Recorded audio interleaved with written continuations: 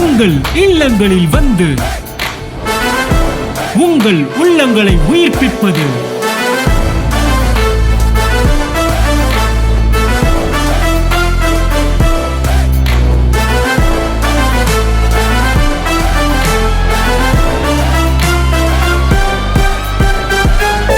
உங்கள் channel DJ.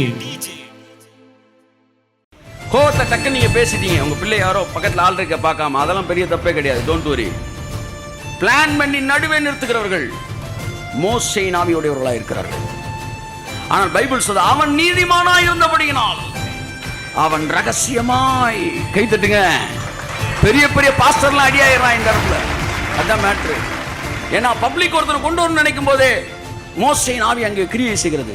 இவனும் ரகசியமாய். நான் சொல்றேன், மரியாள் ஸ்திரீகளுக்குள்ளே சிறந்தவள், யோசேப்பு மரியாளை விட சிறந்தவன். கையை தட்டுங்க.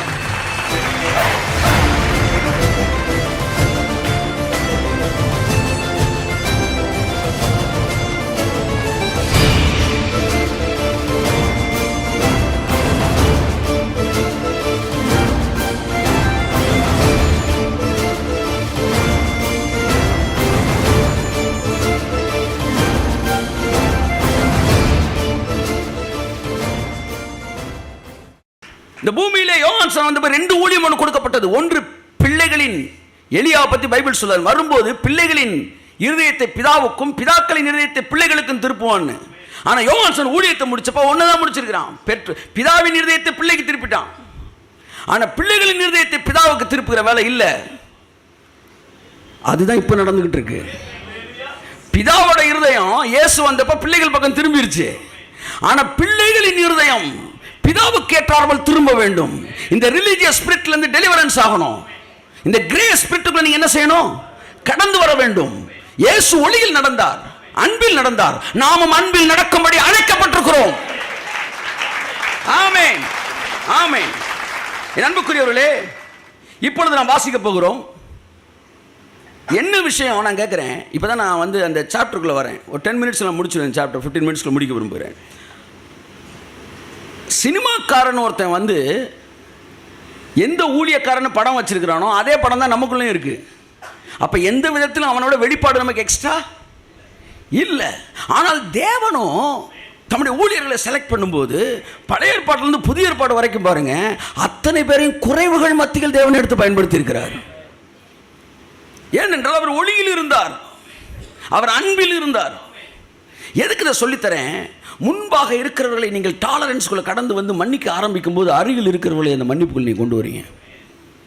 நான் அதை பார்த்தப்ப நான் யோசித்தேன், என்னடா இந்த மனுஷன் மாறிட்டான், ஆனால் மக்கள் ஏற்றுக்க மாட்டேன்றாங்க. அடுத்தடுத்து போட்ட சிடி எதுவும் ரிலீஸ் ஒன்றும் பெரிய அளவுக்கு சாதிக்கலை. ஏன்னா மன்னிச்சுட்டோன்னு வெளியே சொன்னாலும் உள்ளுக்குள்ளே என்ன செய்யலாமே? மன்னிக்கலை. சிடியை வாங்கிடுறேன், ஆனால் வீட்டில் போய் என்ன செய்ய மாட்டேன்றான்? கேட்க மாட்டேன்றான். உள்ளுக்குள்ள அந்த மன்னிக்காத தன்மை இருக்கிறது. ஒரே ஒரு சத்தம் எனக்குள் வந்தது, மாற வேண்டியது ஊழியனா மனிதர்களா? கர்த்தர் கேட்டார், சபை ஊழியனா சபை விசுவாசிகளா? சபை விசுவாசிகள் இப்படி அரகண்டா இருந்து இருந்து ரிலிஜியஸ் ஸ்பிரிட்ல இருந்து இருந்து இவர் சரியில்லை, அவரை தூக்கு, அடுத்தால போடு, அடுத்தால போடு. இவங்க என்ன செய்றாங்க? உடனே அவங்களுக்கு விருப்பத்துக்கு ஏற்ற மாதிரி கணக்குகளை காட்டுவது. அவங்களுக்கு ஏற்ற எங்க கணக்கு ரொம்ப காட்டுறாங்க அங்கே தான் சேர் பறக்குது. பெண்டிகாசல் சர்ச்சில் சேர் பறக்கல, ஏன்னா கணக்கே காட்டல. அவன் கணக்கை காட்டுறான் பாருங்க, அங்கே தான் சேர் பறக்குது. ஏன்னா அது ரிலிஜியஸ் ஸ்பிரிட். கணக்கு காட்டி காட்டி அவனுக்குள்ள வந்து உரம் போட்டு வச்சிருக்கிறான். நான் சொல்றேன், இயேசு நாமத்தில் இன்னைக்கு கலையுது. தேவாலயத்தில் அசுத்தாவி பிடித்தவன் இன்னைக்கு வெளியேறின மாதிரி எல்லா ரிலிஜியஸ் ஸ்பிரிட்ஸ் இந்த வார்த்தையை கேட்கிற எல்லா சபைகளுக்குள்ள இருந்து வெளியேறட்டும். ஆமென். அன்பின் ஆவி எனக்குள்ளே அகற்றி விட்டேன் கசப்புகள். ஆமென், ஹல்லேலூயா. வாசிப்போம் இந்த 8ஆம் அதிகாரத்திலே what is religious spirit, what is grace spirit, ரெண்டுக்கு இருக்கிற டிஃபரன்ஸ் என்ன, எப்படி ரெண்டும் வந்து மூவ் ஆகுது அப்படின்னு பார்ப்போம். வாசிப்போம் 8ஆம் அதிகாரம் 3ஆம் வசனம். அப்பொழுது விபச்சாரத்தில் கண்டுபிடிக்கப்பட்ட ஒரு ஸ்திரீயை வேத பாரகரும் பரிசேயரும் அவரிடத்தில் கொண்டு வந்து அவளை நடுவே நிறுத்தி, எல்லாம் சொல்லுங்க சொல்லுங்க, எல்லாம் பாருங்க, நடுவே நிறுத்தி. ரிலிஜியஸ் ஸ்பிரிட் என்ன செய்யும் தெரியுமா? நடுவில் கொண்டு வரும். ஒரு மனிதனை பற்றி பேசுவது, ஒரு ஊழியனை பற்றி பேசுவது, கணவனை பற்றி பேசுவது, மனைவியை பற்றி பேசுவது, பிள்ளைகளை யாராக இருந்தாலும் இருக்கட்டும், தன் சகோதரனை பற்றி பேசுவது, என்னைக்கு அவனை நடுவில் கொண்டு வரையோ அன்னைக்கே நீ எந்த சர்ச்சுக்கு போறவனா இருந்தாலும் உனக்குள்ள கிரியை செய்கிறது நியாயப்பிரமாணத்தின் ஆவி. ஏனென்றால் நியாயப்பிரமாணத்தின் ஆவி நடுவில் கொண்டு வந்து நிப்பாட்டும். என் அன்புக்குரிய தேவ பிள்ளையே, நீங்க புதிய உடன்படிக்கை சபையில் வருவதனால் நாம் கிருபைக்குள்ள அல்ல, நமக்குள்ளாக கிருபை இருக்கிறதா, நமக்குள்ளாக மன்னிப்பு இருக்கிறதா, நமக்குள்ளாக இயேசு இருக்கிறாரா, நாம் நீதிமானாக இருக்கிறோமா? நடுவே நிப்பாட்டுவது, ஒருவனை வந்து நடு ரோட்டு கொண்டு வருவது. இதே போல ஒரு விஷயம் தான் மத்தேயு 1 வந்துச்சு. யோசேப்ட்ட சொல்றாங்க, உன் மனைவி விபச்சாரம் செய்திருக்கிறாள், நீ திருமணம் ஆவதற்கு முன்பாகவே உனக்கு நியமிக்கப்பட்டவள் கர்ப்பவதியாக இருக்கிறாள். How is it possible? அது சொன்ன உடனே அவன் என்ன செஞ்சிருக்கணும்? நடுவே நிறுத்திருக்கணும். அதான் according to Moses law Bible சொல்லுது, லேவியராமனில் சொல்லப்பட்டிருக்கு, ஒருவள் நியமிக்கப்பட்ட கையில் அவள் விபச்சாரம் செய்த கண்டுபிடிக்கப்பட்டால் அவளை நடுவே கொண்டு வந்து நிறுத்தி கல்லறிய வேண்டும். நடுவே நிறுத்தின்ற வார்த்தை அங்கே வருது. இந்த நடுவே நிறுத்துறாங்க பாருங்க. ஒருத்தர் பாட்டில் சினிமா பாட்டு, அதாவது என்ன சொல்கிற வந்து சினிமா பாடுற பாடகர்களை கொண்டு வந்து உள்ளே உட்கார வச்சிருக்காரு, நடுவே நிறுத்து, இப்படிலாம் இருக்கிறாங்க பார்த்தீங்களா? அவன் பல்லு போன கிழவனாக இருந்தாலும் சரி, இல்லை பாலகனாக இருந்தாலும் சரி, அவனுக்குள்ள கிரியை செய்கிறது மோசேயின் ஆவி, ரிலீஜியஸ் ஸ்பிரிட். அவனோடு கூட இருக்கிற எல்லாருக்குள்ள அந்த ஸ்பிரிட் இருக்கும். நான் சொல்லுவேன், இருந்துட்டு போகுது. ஒரு சினிமா சிங்கர் பாடினா என்ன, சாலமோன் தேவாலயத்தை எல்லாம் வந்து ரட்சிக்கப்பட்டு அந்நிய பாஷை பேசுகிறவனா கட்டினா, அம்புட்டு பேர் எகிப்திலிருந்து வந்தவங்க புறஜாதி இவங்க தான் கட்டினாங்க. ஆனால் தேவன் அந்த ஆலயத்தில் வந்து இறங்கவில்லையா? இப்படி கேள்வி கேட்டோமா இல்லையோ, அதோட பயந்து தன் குரூப்பவே க்ளோஸ்டு குரூப்பாக மாற்றிட்டார்.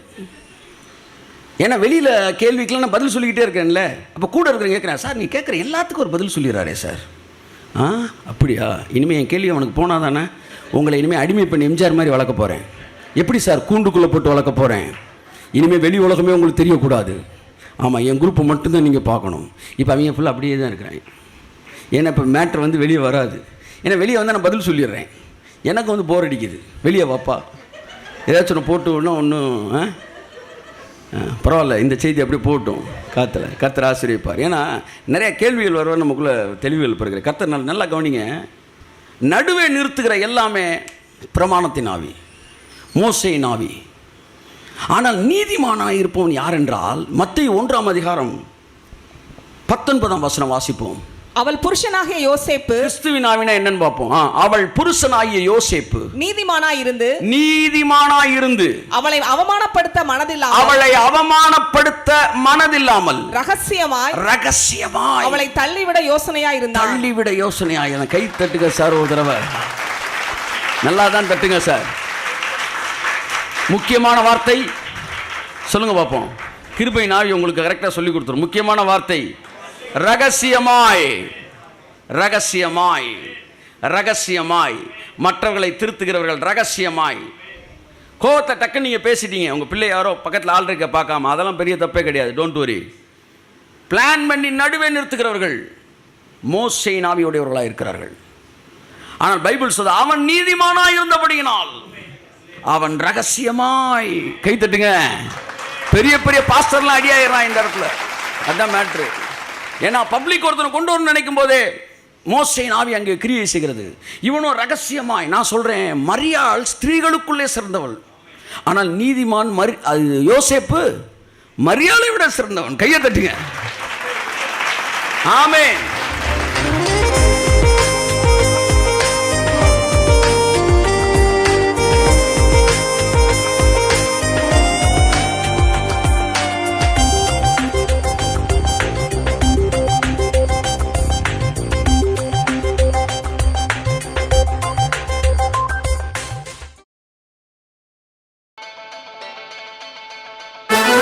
உங்கள் இல்லங்களில் வந்து உங்கள் உள்ளங்களை உயிர்ப்பிப்பது